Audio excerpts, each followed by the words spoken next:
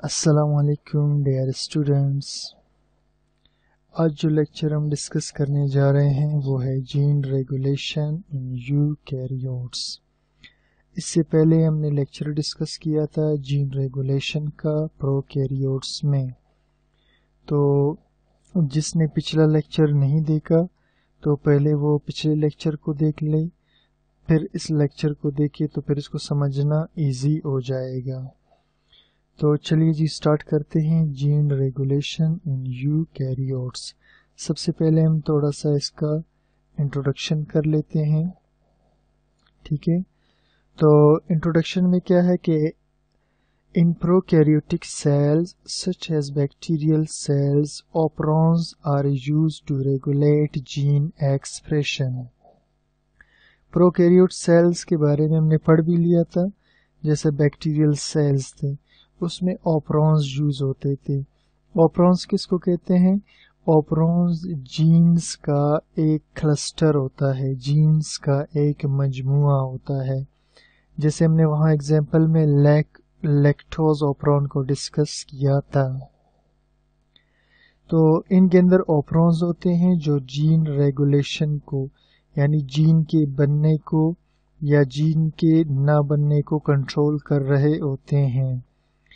On the other hand in eukaryotes, जबकि eukaryotes के अंदर जिनके सेल बहुत ही कम्प्लेक्स होते हैं, तो रेगुलेशन जो जीन का है वो ज़्यादा कम्प्लेक्स होगा। प्रोकैरियोट्स में सिंपल था और इनके अंदर ज़्यादा कम्प्लेक्स होगा। तो यूकैरियोट्स में बहुत से लेवल्स होते हैं जिस पर जीन एक्सप्रेशन हो सकती है या जीन रेगुलेशन हो सकती है। आप यूं समझ ले कि यूकैरियोट्स में जीन रेगुलेशन के बहुत सारे तरीके हैं और यहाँ हम उसमें से सबसे कॉमन तरीका डिस्कस करेंगे।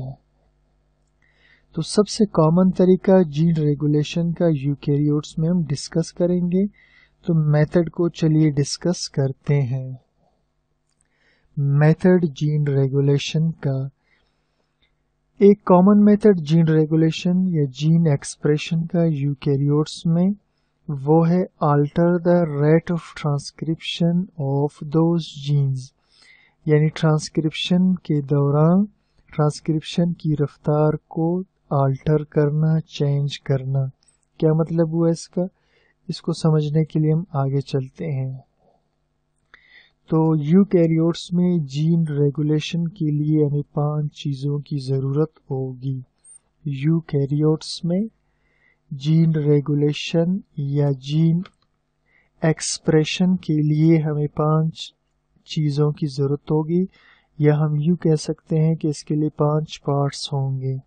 पहला है एक्सॉन्स, फिर है इंट्रॉन्स, उसके बाद transcription start site, number 3, number 4 है प्रोमोटर्स और नंबर 5 है इनहेंसर्स। अब हमारे को डिस्कस करेंगे डायग्राम बनाकर और साथ साथ समझने की कोशिश करेंगे।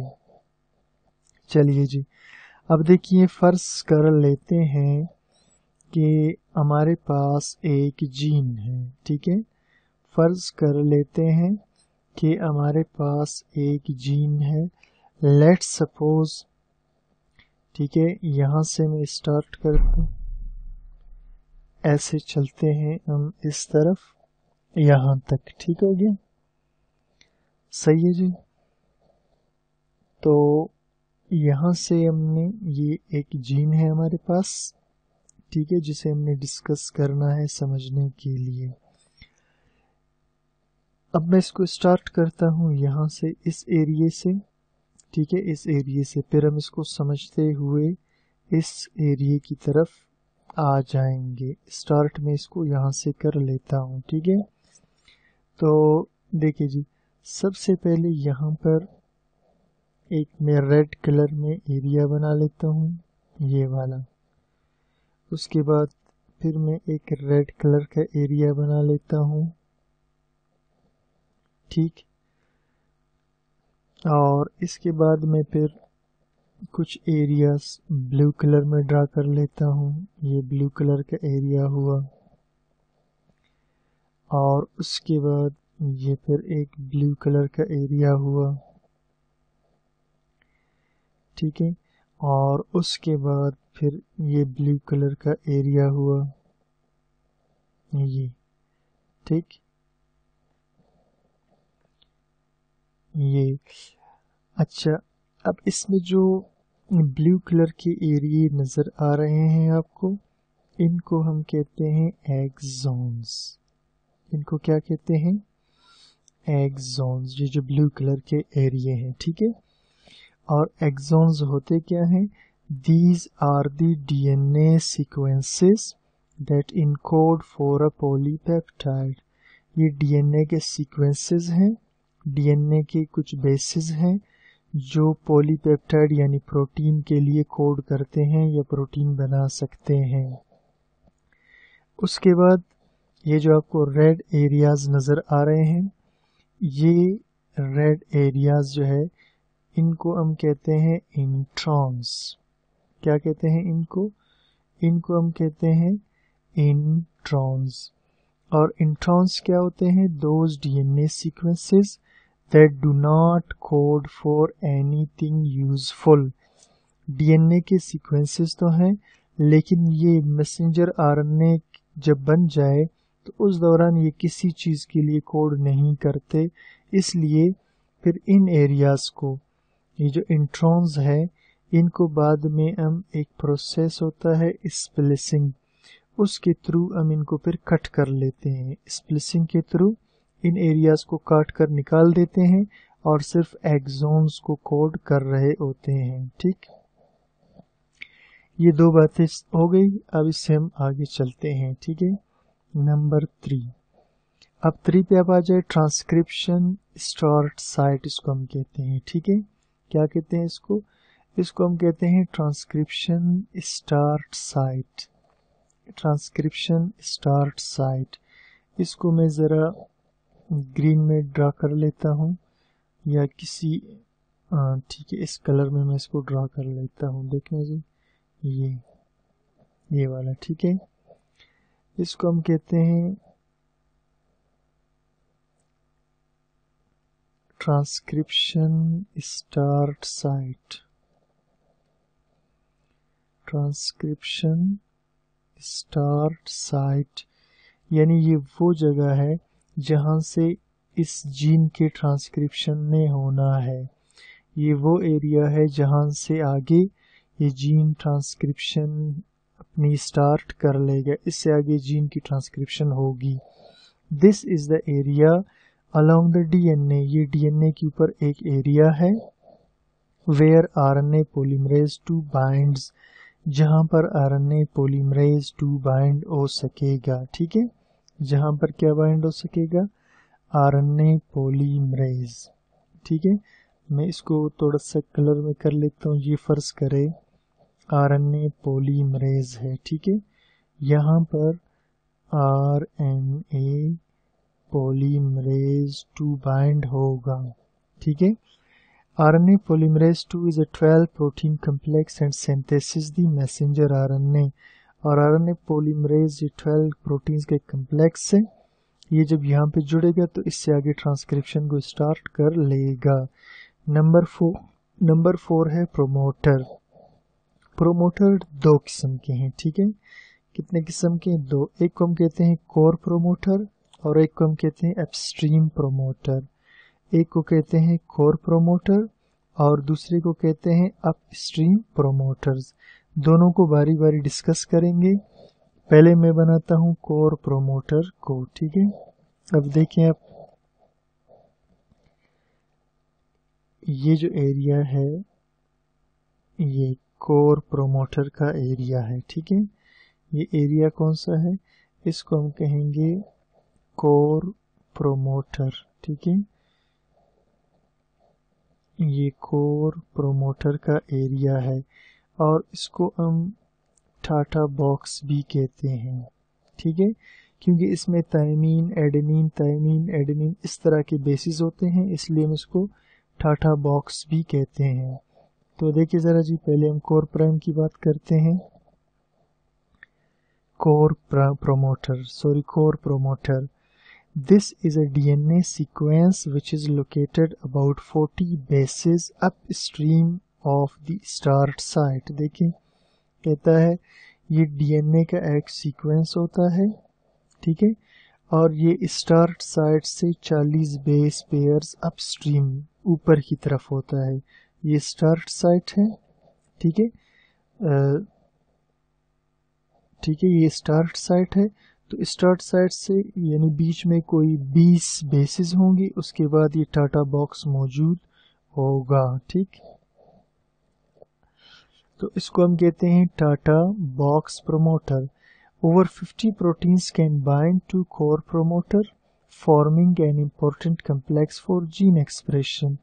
अब ये जो टाटा बॉक्स है ये वाला, ठीक है, इसमें तकरीबन 50 किस्म के मुख्तलिफ प्रोटीन्स आकर के बाइंड हो सकते हैं। ये फिर हम आपको आगे समझाएंगे कि किस तरह इसके अंदर 50 मुख्तलिफ किस्म के प्रोटीन्स बाइंड हो सकते हैं, आगे हम समझाएंगे, ठीक है। इस पर 50 किस्म के प्रोटीन्स बाइंड हो सकते हैं इस टाटा बॉक्स के ऊपर, ठीक है, और जीन एक्सप्रेशन की खातिर 50 किस्म के प्रोटीन्स इस पर टाटा बॉक्स पे जुड़ सकते हैं। और इन कम्प्लेक्सेस में मुख्तलिफ चीज़ें होती हैं, जैसे ट्रांसक्रिप्शन फैक्टर 2D हो सकता है, ट्रांसक्रिप्शन फैक्टर 2B हो सकता है। अब ट्रांसक्रिप्शन फैक्टर 2D और ट्रांसक्रिप्शन फैक्टर 2B ये हैं क्या? तो पहले आते हैं ट्रांसक्रिप्शन फैक्टर 2D पर। This complex consist of the TATA binding proteins. इस कम्प्लेक्स में या ये कम्प्लेक्स मुश्तमिल होता है टाटा पर जुड़ने वाले प्रोटीन्स पर, which recognise and bind to the TATA box, जो टाटा बॉक्स को पहचान कर उसके साथ जुड़ जाते हैं। और ट्रांसक्रिप्शन फैक्टर 2B क्या होता है? This proteins helps the TATA binding proteins. अब जो टाटा बॉक्स पर प्रोटीन जुड़ जाएंगे फिर ये उनकी हेल्प करेंगे to interact with RNA polymerase 2 कि वो आरएनए पॉलीमरेज 2 के साथ जुड़ जाए। यानी ट्रांसक्रिप्शन फैक्टर 2D ये ऐसे प्रोटीन है जो टाटा बॉक्स पर जुड़ जाएंगे और ये वाले प्रोटीन्स फिर उन फैक्टर्स की हेल्प करेंगे कि वो आरएनए के साथ जुड़ जाए। अब चले मैं थोड़ा सा समझाने की कोशिश करता हूँ। देखिए फर्ज करें ये टाटा बॉक्स है, ठीक है, तो ये वाला ट्रांसक्रिप्शन फैक्टर 2D, ये ट्रांसक्रिप्शन फैक्टर 2D जो है मैं इसको यूं कर लेता हूँ, ठीक है, ट्रांसक्रिप्शन फैक्टर ये इस टाटा बॉक्स के साथ खुद आकर के जुड़ जाएंगे, ठीक है, ये टाटा बॉक्स के साथ जुड़ जाएंगे। फिर ये जो ट्रांसक्रिप्शन फैक्टर 2B है ये क्या करेंगे, फर्ज करें ये ट्रांसक्रिप्शन फैक्टर 2B है, ठीक है, ये क्या करेंगे, ये इस ट्रांसक्रिप्शन फैक्टर को आरएनए पॉलीमरेज के साथ, ठीक है, आरएनए पॉलीमरेज 2 के साथ जोड़ेंगे। ये ट्रांसक्रिप्शन फैक्टर इसके साथ जुड़ जाएंगे टाटा बॉक्स के साथ, ये पहले वाले ट्रांसक्रिप्शन फैक्टर 2D, ये 2D की बात हो रही है, ठीक है। तो transcription factor 2D TATA box के साथ जुड़ेंगे और फिर ट्रांसक्रिप्शन फैक्टर जो 2B है वो इसके साथ जुड़कर फिर इसको आरएनए पॉलीमरेज 2 के साथ जोड़ेंगे। इसके बाद हम आते हैं अपस्ट्रीम प्रोमोटर्स की तरफ, ठीक है। अपस्ट्रीम प्रोमोटर्स कहाँ पर होते हैं, ठीक है, ये, ठीक है, मैं इसको जरा ड्रॉ कर लेता हूँ फिर मैं आपको समझाता हूँ, ठीक है, जिससे फर्ज करें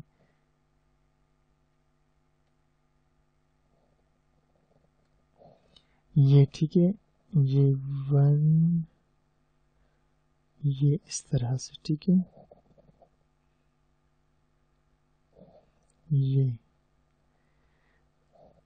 ये सारे जो है अपस्ट्रीम प्रोमोटर्स है, ठीक है, ये वाले जो टाटा बॉक्स से आगे की तरफ मौजूद है अपस्ट्रीम, ठीक है, प्रोमोटर्स क्या कहेंगे इनको, अपस्ट्रीम प्रोमोटर्स, ठीक है, ये टाटा बॉक्स से आगे की तरफ मौजूद होते हैं, ठीक है। अब हम इसको पढ़ते हैं।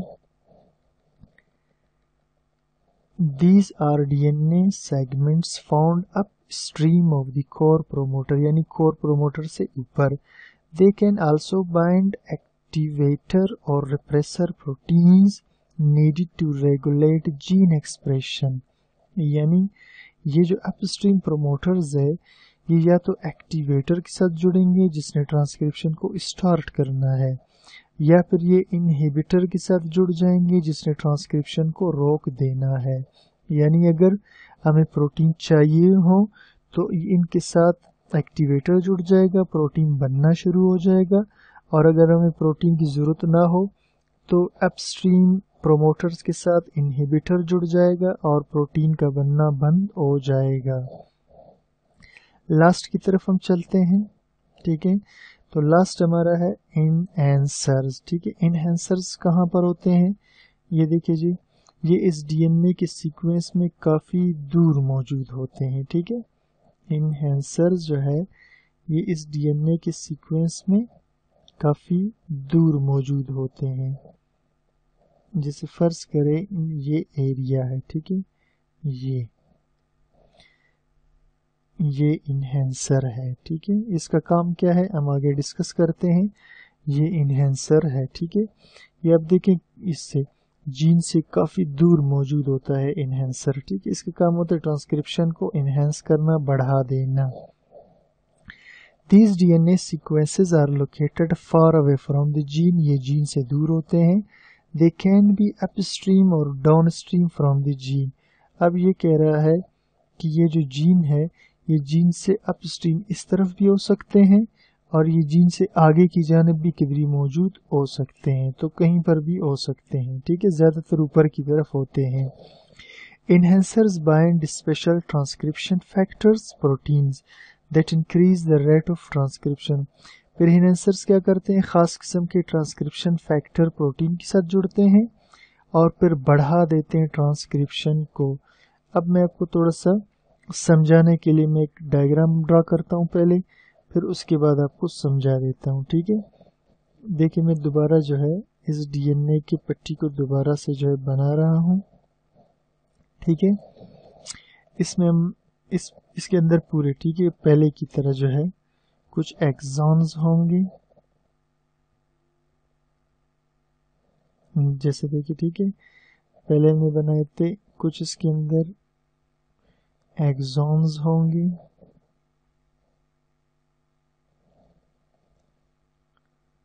ठीक है,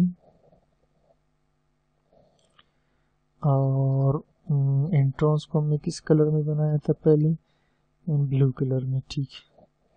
और कुछ इसमें जो है इंट्रॉन्स मौजूद होंगे, ये इंट्रॉन्स हैं, ठीक है, जो कोड नहीं कर सकते किसी चीज़ के लिए और एक्सॉन्स कोड कर रहे होते हैं, ठीक है। और उसके बाद हमने बनाया था पहले, ठीक है, यहाँ पर हमने बनाया था स्टार्ट साइट, ये, ठीक है, ये था स्टार्ट साइट, ठीक है, ट्रांसक्रिप्शन स्टार्ट साइट, ये स्टार्ट साइट जिसको हम कहते थे, ठीक है। और उसके बाद यहाँ पर जो है हमने बनाया था टाटा बॉक्स, ठीक है, ये टाटा बॉक्स था। और उसके बाद यहाँ पर आगे की जानिब इससे, ठीक है, यहाँ पर अप स्ट्रीम जो है, ठीक है, प्रोमोटर्स थे, ये अपस्ट्रीम प्रोमोटर्स हुए, ये टाटा बॉक्स हुआ, ये स्टार्ट साइट हुआ, ये एक्सॉन्स हो गए और ये वाले जो है इंट्रॉन्स हो गए, ठीक है। यहाँ तक क्लियर हो गया। और ऊपर की जानिब हमने इनहेंसर को बनाया था पहले भी, ठीक है। फर्ज करें ये जो है इनहेंसर है इस जगह में, ठीक है, ये इनहेंसर है। दोबारा मैं इसको बना लेता हूँ और लिख भी लेता हूँ इसको, ये इनहेंसर है, ये टाटा बॉक्स है। अब देखिए ज़रा, enhancers bind special transcription factor proteins. Enhancer खुद क्या करते हैं, ख़ास किस्म के प्रोटीन्स के साथ जुड़ जाते हैं। जैसे फ़र्ज़ करें ये जो है ख़ास किस्म का एक प्रोटीन था जिसको हम कहते हैं TF, यानी ट्रांसक्रिप्शन फैक्टर प्रोटीन्स, ठीक है। Enhancers bind special transcription factor proteins, enhancer इसके साथ जुड़ जाएगा, ठीक है। That increase the rate of transcription, जो ट्रांसक्रिप्शन को बढ़ाते हैं, ये प्रोटीन्स ट्रांसक्रिप्शन को इंक्रीज करते हैं, ठीक है। When the transcription proteins bind on to enhancer, जब ट्रांसक्रिप्शन प्रोटीन्स यहाँ पर जुड़ जाएंगे, enhancer can loop around and bind on to the promoter region. अब इन्हेंसर क्या करेगा, ऐसे लूप हो जाएगा, ठीक है। पहले ये सीधा था ऊपर डायग्राम में, अब ये ऐसे लूप हो जाएगा और लूप होने के बाद bind on to the promoter region, ये क्या करेगा, प्रोमोटर रीजन के साथ जुड़ जाएगा। यहाँ पर प्रोमोटर रीजन के साथ कुछ और प्रोटीन्स के जरिए जुड़ जाएगा इस एरिया में, ठीक है। ये इस एरिया में प्रोटीन्स के साथ जुड़ जाएगा यहाँ पर, ठीक। और ये स्टार्ट साइट वो एरिया है जहाँ पर, ठीक है, पॉलीमरेज आकर के जुड़ता है, ठीक है। तो loop around and bind on to the promoter region, thus it stimulates transcription of the gene, और फिर जीन का ट्रांसक्रिप्शन स्टार्ट हो जाएगा, ठीक है। ये ऐसे लूप का कर ट्रांसक्रिप्शन प्रोटीन्स की वजह से लूप का आएगा, और फिर ये प्रोटीन इधर मौजूद प्रोटीन्स के साथ टाटा बॉक्स पर जुड़ जाएंगे। टाटा बॉक्स के ऊपर मौजूद प्रोटीन का जो कम्प्लेक्स है वो इनके साथ फिर बाद में जुड़ जाएगा, ये जो आरएनए पॉलीमरेज 2 है, और फिर इस तरह से ट्रांसक्रिप्शन स्टार्ट हो जाएगा, ठीक है। इस एरिया के ट्रांसक्रिप्शन के नतीजे में, यानी ये जो एरिया है ये वाला, ठीक है, इसमें ट्रांसक्रिप्शन होगा, ठीक है। ट्रांसक्रिप्शन के बाद इसमें से मैसेंजर आरएनए बन जाएगा, ठीक है। इसमें से क्या बन जाएगा, मैसेंजर आरएनए बन जाएगा, ठीक है। तो मैसेंजर आरएनए पर जाकर कोई प्रोटीन बना देगा। तो स्टूडेंट्स, उम्मीद करता हूँ कि आपको लेक्चर समझ में आ गया होगा, और ऑडियो क्वालिटी अगर थोड़ी लो हो तो उसके लिए मैं माजरत चाहता हूँ, क्योंकि ये लेक्चर मैं बना रहा हूँ रात के टाइम, और मैं नहीं चाह रहा था कि किसी को डिस्टर्ब करूं, इसलिए ज़रा मैंने साउंड लेवल थोड़ा सा नॉर्मल रखा, तो उसकी वजह से हो सकता है ऑडियो क्वालिटी थोड़ी सी कमज़ोर हो। तो कोई अगर मसला हो, समझ में ना आ रहा हो, या कोई कमेंट्स करना चाहते हैं तो प्लीज़ मुझे ज़रूर बताइए। Thank you for watching.